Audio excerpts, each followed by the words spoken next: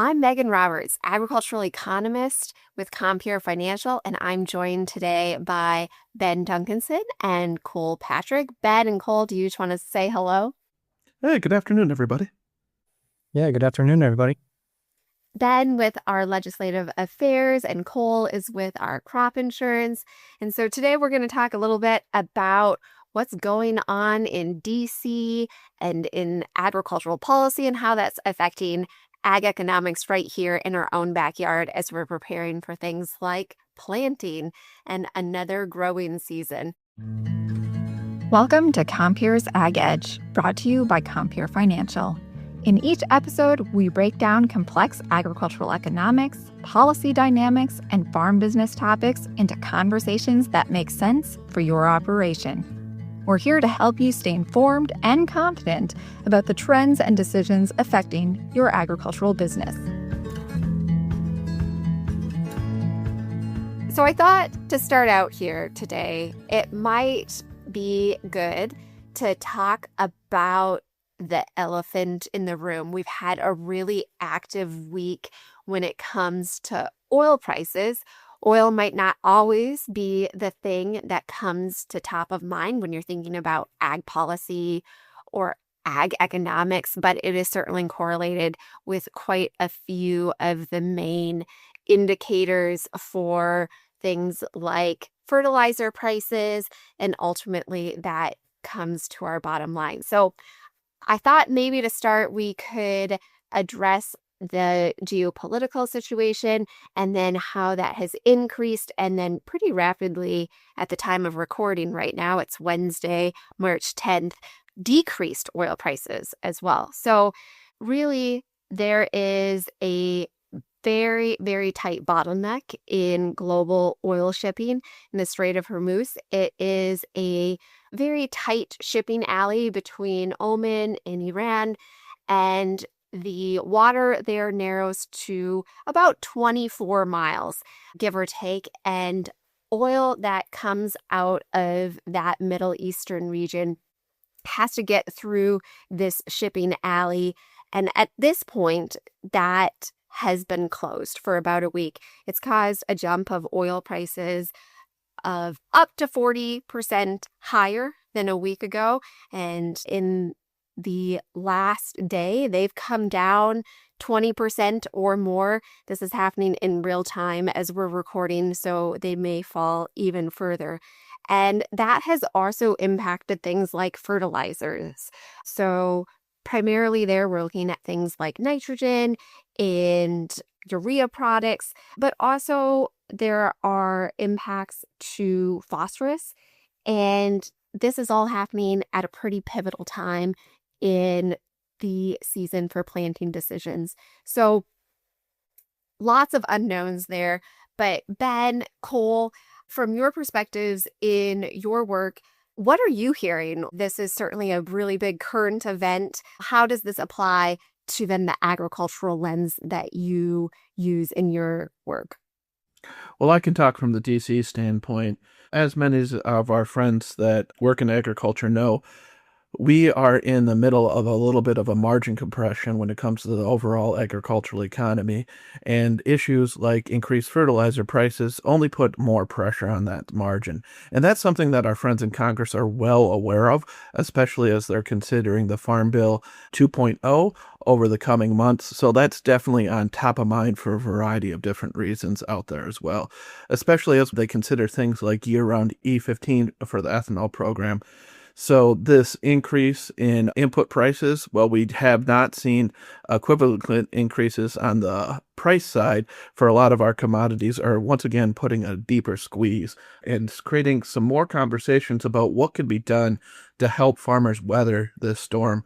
Before I get into any of that and talk a little bit more Farm Bill stuff, Cole, anything else you want to add to that? Yeah, from the field's perspective, farmers are definitely keeping an eye on those input prices, namely urea and the oil and how it plays into everything. While looking to offset some of those costs, we are seeing hedge funds and speculators kind of jump in and start playing some more long positions on the grain side. Megan, maybe you'll talk a little bit about that, but that could be something that helps provide a tailwind, hopefully to offset the headwind here. But ultimately, farmers are looking for stability here with everything going on. But with the crop insurance changes this year, they're able to lock in a lot of value add for their operations. So a little mixed bag out there. Definitely some concern, but some commodities are on the rise here in the near term. So looking to take advantage of pricing some grain right now. Yeah, it's definitely a mixed bag with a lot of uncertainty. So let's maybe tie it back to the planting side before we hand it back to Ben to talk a little bit more about DC. I think on the input side is really where this unknown with fertilizer, we get about 10% of the U.S. urea from Iran, and we have just a considerable amount of additional U.S. imports for fertilizer that come through that very narrow passage. And this is a time where we are making decisions about spring and planting. We recently had the USDA Ag Outlook Forum. That's the first window into where USDA thinks that acres are going to go nationally for our major row crop commodities. And it is looking like at this point, USDA was banking in an increase in soybean acres and a decrease in corn acres. And this was before we've had the last week of lots of uncertainty with input prices. And there is some thought that any increases further in input prices would cause corn acres to further decline and maybe a little bit more of that swing to soybeans. But lots and lots of unknowns at a time with quite a bit of decisions that have already been made for spring and more decisions to be made in the next coming days. So with that, maybe let's talk about things that are uncertain, but at least they've happened. And that is my transition to Farm Bill. Farm Bill 2.0, still uncertain, but we actually have had things that have happened in the last week. Ben, can you talk us through the tangible steps that have been made in moving Farm Bill 2.0, and then also maybe a little bit about how much further it has to go? We'll take progress as progress comes, so I'm very happy that we were able to get a Farm Bill markup last week. For all of you that paid attention, we actually completed a markup on the House side in the early hours of Thursday morning, about 1:30 Eastern time. I hope none of you guys stayed up like I did to watch the votes come through, but we were happy to see that progress be made. All in all, it was a pretty good markup from the farm credit standpoint. We were happy to see some of the things that we have worked on for the last 4 or plus years get included within the Farm Bill. Those are things like expanded authority for us to help rural communities, especially around community facilities, some changes to FSA loan programs that'll definitely help the lending community, both us and the bankers, help farmers get through this margin compression that we previously talked about as well. So a bunch of good elements included in there on the credit title. Just a reminder that a lot of the things that are left in Farm Bill 2.0 are the policy end of the things, because a lot of the spending and funding mechanisms for this Farm Bill were already accomplished as part of the One Big Beautiful Bill early this year. So happy to see some forward progress on all things Farm Bill. The next steps for the Farm Bill, of course, is there was actually 7 Democrats that voted for the Farm Bill passage out of committee, which beats the mark last time at 5 with last Congress. So we're happy to see that for momentum again. The House floor is probably the next place that we will see some action on all things Farm Bill. Speaker Johnson had indicated, and G.T. Thompson, chair of the House Ed Committee, had affirmed this, that there was talk about getting floor time for a floor vote on the Farm Bill in advance of the Easter recess. However, this was all planned before the events in Iran took hold and the need for additional appropriations to help the Defense Department fund that war, as well as some things around the SAVE Act that may gum up additional time on the House floor. So if they do it before Easter, which we'd be very happy to see, it's probably going to be closer to the deadline again. But don't be surprised, folks, if that slips a little past the Easter recess and is considered by Congress sometimes in April. Before I talk a little bit about E15, because that is definitely the hot topic of the day, just a little bit of reminder that our friends in the Senate have yet to schedule their kind of farm bill process going forward. However, out of the statements made by both Chair Bozeman and Ranking Member Klobuchar, they are going to probably start working more in earnest now that the House has passed their version of the farm bill and they have something to work off as well. One of the big things, as Megan said, we are talking to you on mid-afternoon of March 10th. This afternoon, the Senate will be conducting a hearing on domestic usage for commodities, which, looping back to the E15 issue, is definitely foremost amongst one of the things that will be considered as part of this farm bill cycle. There was an amendment offered as part of markup from Eric Swanson of Illinois on including E15 year-round as part of the House consideration of the Farm Bill. However, not to get a little bit too much into the weeds here, that amendment was ruled out of order due to some jurisdiction issues. E15, even though it affects us in the ag industry, is actually the oversight for that is done by the Energy and Commerce Committee. So that was not being able to be included as part of a farm bill. But don't be surprised if E15 or year-round E15 pops up again as either part of the appropriations process on the House side or as part of a larger effort to get the Farm Bill across the finish line. On the Senate side, it cannot, again, be included as part of that package and would probably be bounced by the parliamentarian on the Senate side. But this thing will have to come back for a full floor vote, and we might see a package come together with maybe some additional ad hoc assistance for the agriculture industry, maybe E15 being part of that as part of a larger package once it goes back to the House and Senate floor, respectively. There's a lot of ifs between now and then, however, so we'll continue to monitor this as the process moves forward. But we were very delighted that once again the House was able to get Farm Bill 2.0 across the finish line within their committee, and we eagerly wait to see what House leadership does on the House floor.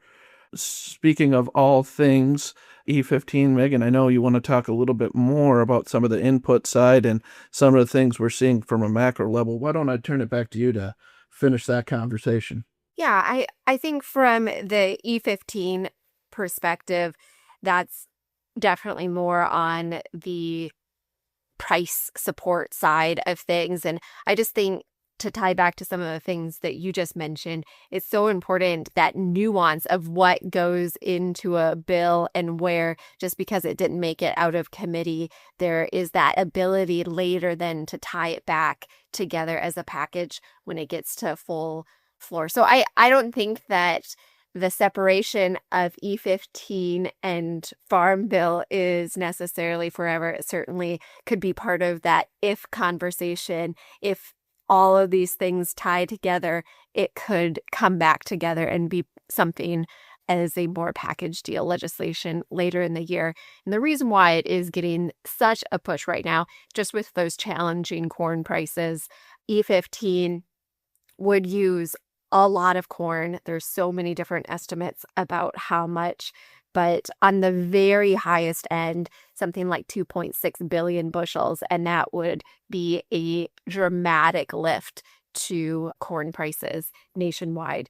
And from the support side, it is something that is widely supported amongst the folks within the farm states, whether Democrat or Republican.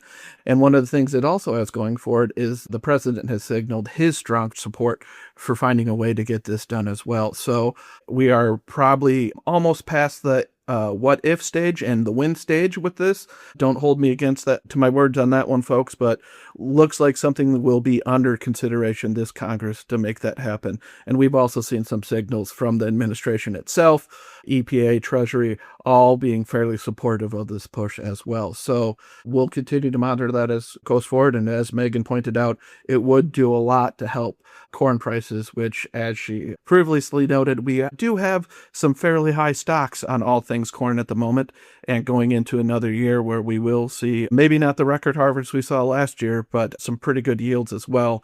Anything that we can help to do, drought-bound domestic stockpiles will really help with especially local pricing for all things. Megan, sorry to cut you off there. I'll let you finish now. No, those were all excellent wrap-ups for the points I really wanted to hit. You also mentioned, before I went off on the E15 tangent and prices, input prices. And maybe that's a good place to talk about one other big issue. I mean, there's so many big issues in DC right now, but one ag-related issue in DC that's not happening on Capitol Hill, but out of the Supreme Court. I don't think the last time we spoke, we had a Supreme Court decision about tariffs. And Ben, would you like to summarize that, or I can? So this was widely known throughout the legal community. If you follow a lot of lawyers out there as well, it was kind of predicted that the administration was not going to prevail on this ruling in front of the Supreme Court due to the constitutional separation in Article 1, dictating that Congress, at the end of the day, has the ability to level tariffs. However, the president, over time, has been ceded a lot of authority. So the specific mechanism, and I don't want to get into the minutia too much on this, folks, because I want to keep you awake, especially because most of you are probably driving while you're listening to this. But one of the things that the administration did on the response to that ruling was look at some other mechanisms that the president can use to once again place those tariffs on for the purposes, as the administration has put forward, for deeper negotiations on trade deals. So we do expect there was additional tariffs under a different authority put on after the IEEPA tariffs, which was the ruling of the Supreme Court, ruled unconstitutional. However, just a reminder that under this new authority, the president can only outlay tariffs for 150 days. So that is a little different than the IEEPA tariffs that had previously come before. We have gotten signals from this administration, however, that once that timeline runs out, they will be looking at some additional ways to continue to level tariffs as well. So we are not done with all things tariffs. We won't probably see some of the higher levels of tariffs under these authorities because the president is currently limited to a maximum of 15% tariffs. So some of those 50% tariffs that we saw on some of our partner countries out like Brazil are going to be much lowered, but actually some of the tariff rates are actually higher than originally intended under the IEEPA tariffs. So we will see as things continue to be negotiated. It seems like a majority of our trading partners that we have deals with have cited that they will continue to honor those deals going forward. So that is all things state of tariffs going forward. Again, you're going to be continuing to hear this because that is one of the priorities for this administration is all things tariffs. But the other thing, and Megan, you can correct me if I'm wrong on this, the Supreme Court was a little bit vague on the process, however, for refunding those billions of dollars of tariffs that Treasury has collected. They were actually kind of agnostic on that front. However, we did get a ruling in the U.S. Trade Court last week indicating that a process will be put in place to refund some of those dollars out there. Folks, if you're looking for a check in the mail for a government for your tariff refund, probably is not going to be coming your way because at the end of the day, even though those tariffs trickle down to the prices we pay, the refunds will go to the companies that actually paid into the Treasury tariffs there as well. Megan, I assume you're going to need to correct me on a couple of those things, so why don't you go ahead and do that? No, I'm right with you on that. So right now we're under a temporary 10% import tariff for 150 days, and there really was a lot of vagueness in the Supreme Court ruling, just exactly what the mechanisms would be. But just as Ben said, it does look like some of those lower courts are maybe progressing through what the process would be for importers that paid those taxes under IEPA, the International Emergency Economic Powers Act. But how does this tie back to agricultural inputs? We'll try to make a full loop here to get back to the original question. A lot of these new 10% import tariffs under the temporary 150-day authority have exemptions, and that does include most agricultural fertilizers. We also have a few exemptions for notable agricultural products like beef imports. In that case, that's really focused on trying to prevent price increases to consumers, less so of a help to the agricultural industry. But there are these exemptions, and then Ben also mentioned with our trade partners, things like the United States-Mexico-Canada agreement is also exempt from that, and Canada and Mexico being our Canada number 2 ag trade partner, Mexico, our number 1 ag trade partner, having those exemptions at this time of year, really important. Canada is also the source of 87% of our potassium fertilizer, so important to have some of these. With so much uncertainty out there, having some certainty about this exemption is at least helpful. And as long as we have potash on our mind, just a reminder to folks out there that as part of the USMCA, there is a renegotiation that is scheduled for this year. That is something the administration has on the top of their mind. And we'll see, as all things tariffs work out across all our trading partners, how that will factor into not the renegotiation, but re-ratification of USMCA that is scheduled for later on this year. So a lot going on. Also, a lot going on when it comes to some of our macroeconomic factors. So just a quick rundown of some of those, and then what's happening next week in terms of a potential, or much more likely not potential, rate cut at the next Federal Open Market Committee. So we do have some mixed bag of inflation and employment numbers, and that is causing some consternation in the overall general macroeconomy. If we look at, for instance, the consumer price index, our most recent figure was from January. It was at 2.4%, which is actually a pretty tame inflation number. Our goal is to be closer to 2%, but 2.4 is looking really strong.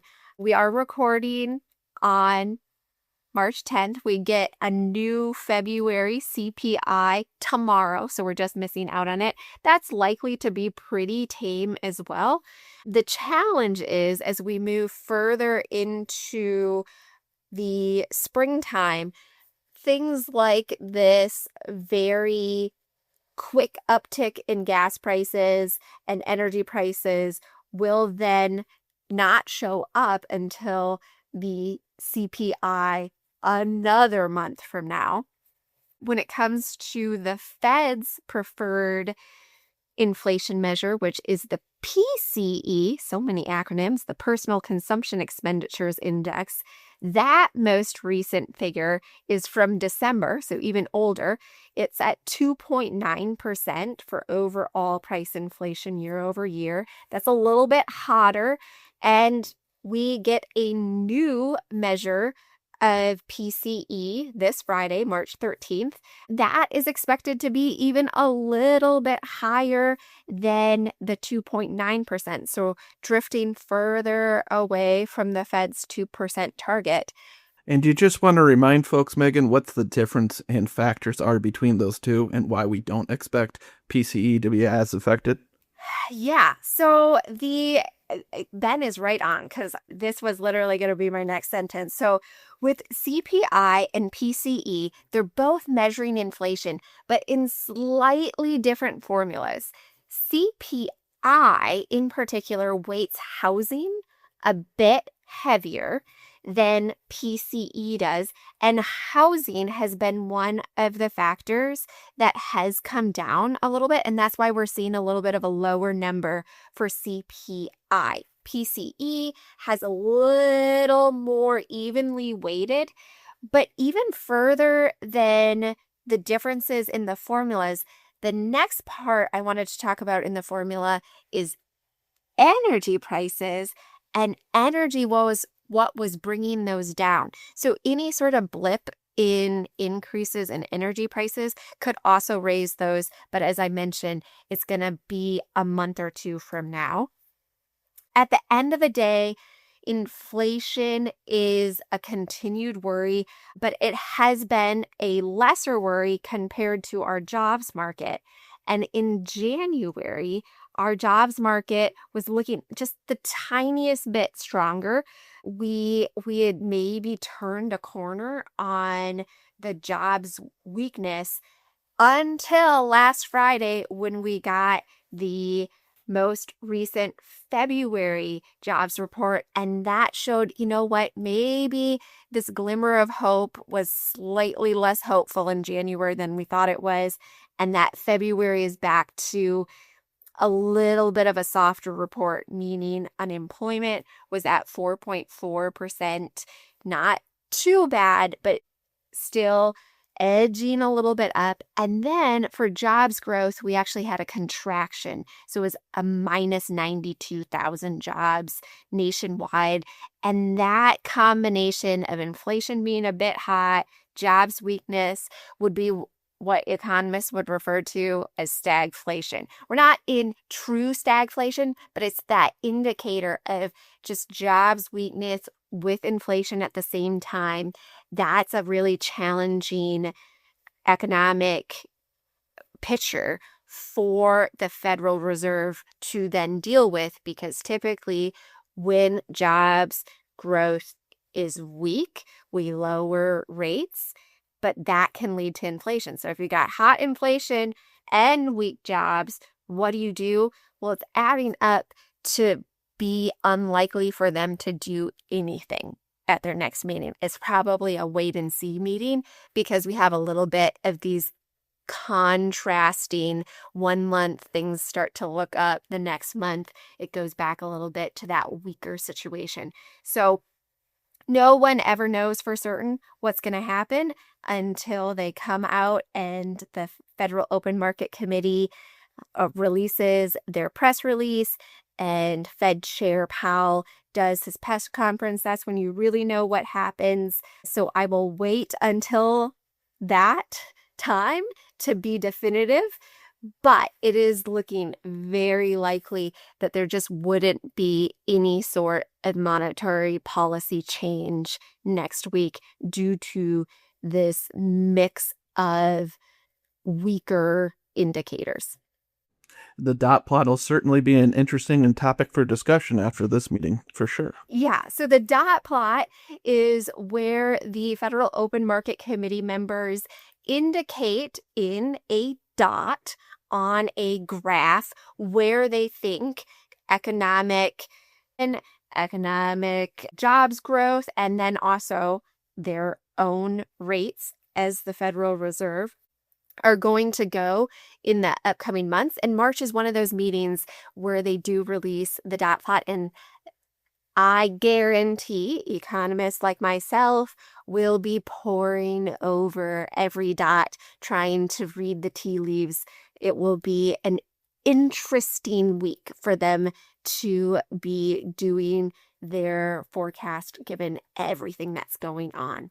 So enough about the general economy. I think we've hit that one very, very hard. Go back to ag. And a lot of the things that I just mentioned are reports or meetings that are going to happen. But we did have something happen already this morning. We don't have to make predictions. We can just say this is what was in the report. And that is March's World Agricultural Supply and Demand estimates. Cole, do you want to talk a little bit? You don't have to get into the specific numbers of the WASDE if you don't want to. I have that right in front of me. But do you want to talk a little bit about what you're thinking, or if you had any initial impressions, as this is such a pivotal time in crop insurance and planting? I'm sure you had that report popped open earlier this morning. Yeah, so just some comments. I think we're keeping an eye on just the planting patterns of corn to beans and the adoption of ECO, SEO in the markets. We're keeping an eye on what producers are kind of thinking, and I'll separate it into two factors. Maybe not totally correlated with the WASDE, but weather and risk. And I would say I almost wish that inflation and tariffs would bring some rain, because we might need some of that. So I think weather is going to be a big risk on people's minds here. As we are coming off of a La Nina pattern in terms of our global weather, which is weakening at the fastest pace ever recorded, if I think that's true. And we could be facing a transition into a strong El Nino. And those are very, scientific terms, right? But at the end of the day, I don't think we have enough history or historical data with high enough correlations to say that transition is going to lead to a wet spring.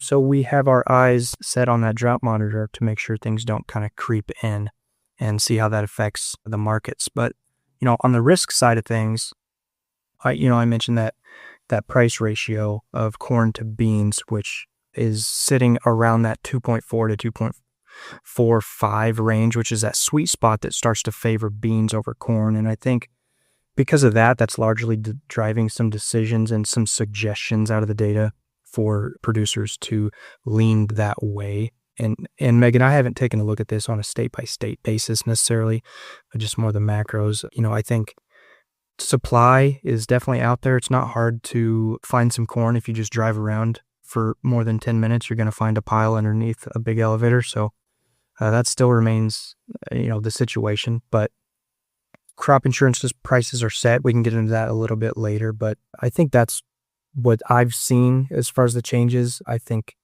the price ratio is driving a lot of producers' decision making, and in fact it's showing up in some of the summary of business.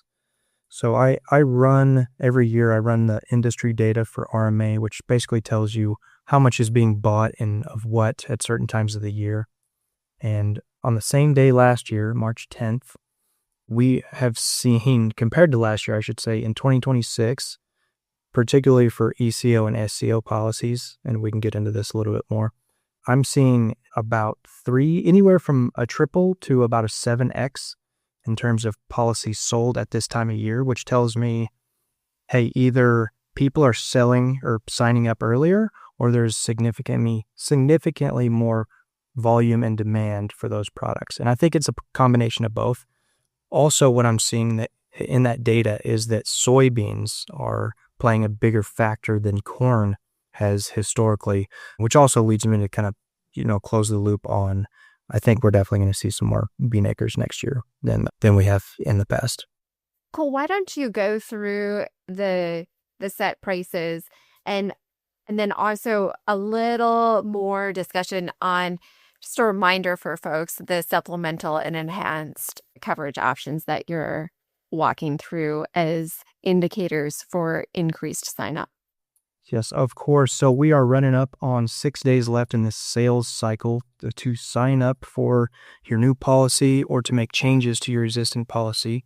The month of February, the average prices for December corn and November beans are tracked across that month, and that sets your spring price, which sets your baseline guarantee. Those prices came in for corn at $4.62 and beans at $11.09.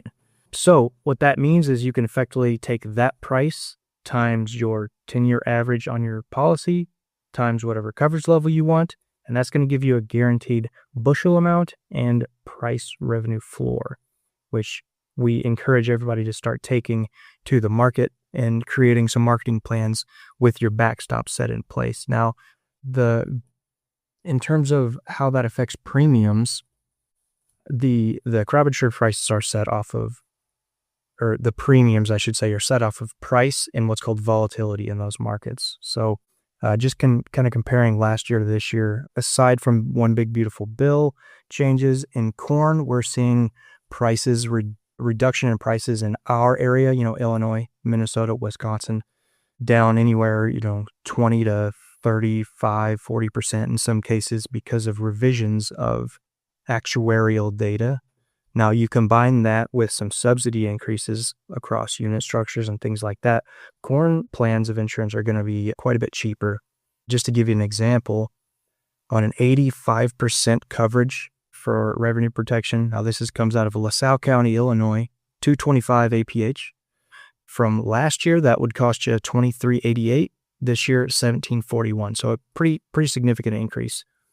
Now, on beans, bean prices have not been re-rated to the point that corn has. So if we look at what the prices were last year for corn and beans, corn is relatively the same, $4.70 versus $4.62.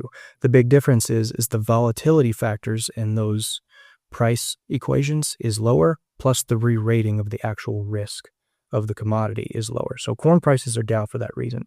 Flip to beans. Beans close out at $11.09 for your crop insurance guarantees, which is up quite a bit from last year, $10.54 last year. So you got a higher spring price, but you have lower volatility. So prices on beans not getting re-rated at the fundamental level like corn is, you're going to see a very similar cost in beans across the board, but still maybe slightly cheaper because of one big beautiful bill subsidies.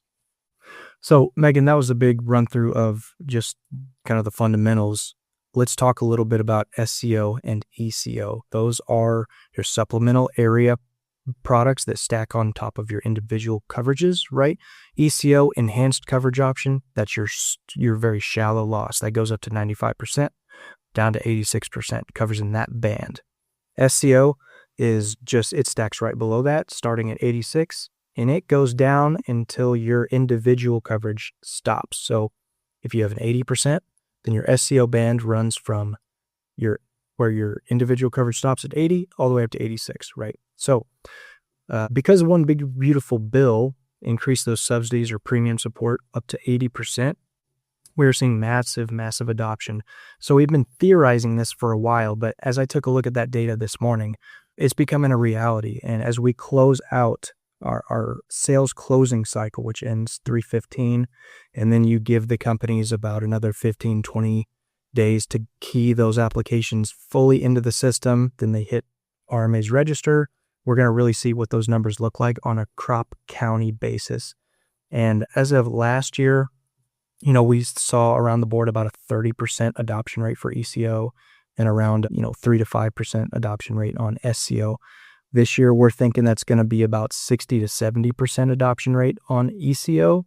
And the real question mark is on the SCO product. We're not exactly sure, but I'm looking at some numbers here, and that I'm thinking that projection is going to be between that 30 and 50% of acres taking SCO and about 60 to 70% conservatively taking ECO. So subsidies are driving this equation. Largely, I think lower corn costs driving this equation, and people wanting to lock in higher cost on beans driving this equation to create this triple entendre of stacking up your risk management, which is really great to see for everybody out there doing that and everybody coaching to the risk management, because we got to protect what's out there and use that, like I said before, to go to the market with a plan, knowing what your break evens are. And it looks to me, Megan and Ben, that a lot of people have stepped up their game in terms of risk management this year. So I hope to see a lot of good things on the marketing front for these producers in protecting their farms. Just to contrast some prices there, back to this morning's WASD, we have last season prices in there. We don't get new crop prices in the WASD until May, but for corn, season average price unchanged at $4.10 per bushel, soybeans unchanged at $10.20 a bushel. And so I think there is just some opportunity, as Cole mentioned, to protect a little bit higher as you look into the 2026 season. And then since then, markets have been all over the place since the end of February, getting us all the way back to where we started today, which is oil, and just the uncertainty that has crept into a wide variety of commodity markets and funds coming in, a lot of buying and selling over the last week. So I think I've done a good job of tying us all the way back to the beginning and where we started. But Cole, Ben, anything else to add here as we put a bow on this episode where we've talked about a whole lot of things, some things with certainty, some things with a lot of question marks behind them. Ben? Nice job there, looping back to the beginning. The only thing I have to add is to remember, folks, that if you have not submitted your application for the Bridge Assistance Program, those are now live at your local FSA office. I did mine earlier this week. It was quite painless, so encourage you guys to get in contact or go online and get those forms completed. All online. That's the thing. It was very seamless. We also did ours, oh gosh, I think it's been over a week now. Very quick. Cole? Yeah, I would just encourage everybody to really, really think about their crop insurance decisions. Hey, it's not a year to set it and forget it. There's a lot of things going on out there. Second piece is control what you can control and lock in what you can and go to the market and make sound decisions based on those factors. And as we approach our planting season, I just want to wish everybody a fantastic planting season. I know we got teased out with that 70-degree day here yesterday, and I think the overnight low tonight might be 25. So we're still in that fake spring phase, but it's going to be here before we know it. And I just want to, send some positive affirmations out there for everybody that's geared up and ready to get planting. It did smell like spring yesterday. It actually smelled a little bit like manure in my neighborhood, which is a good sign of spring. So I'm with Cole on that. Just the lovely warmer weather is making me think about planting. And we will be back here in a month to talk more about all things planting, all things economics, all things DC. Hopefully by then we'll have a transition from fake spring to real spring, and we'll see some planters out in the field going. With that, I'm Megan Roberts, Ag Economist here at Compeer Financial, and we look forward to you joining us next time. Thank you for listening to Compeer's Ag Edge. You can follow us on Apple Podcasts, Spotify, or your favorite podcast app. For more agricultural finance insights and resources, visit compeer.com. That's COMPEER.com. Until next time.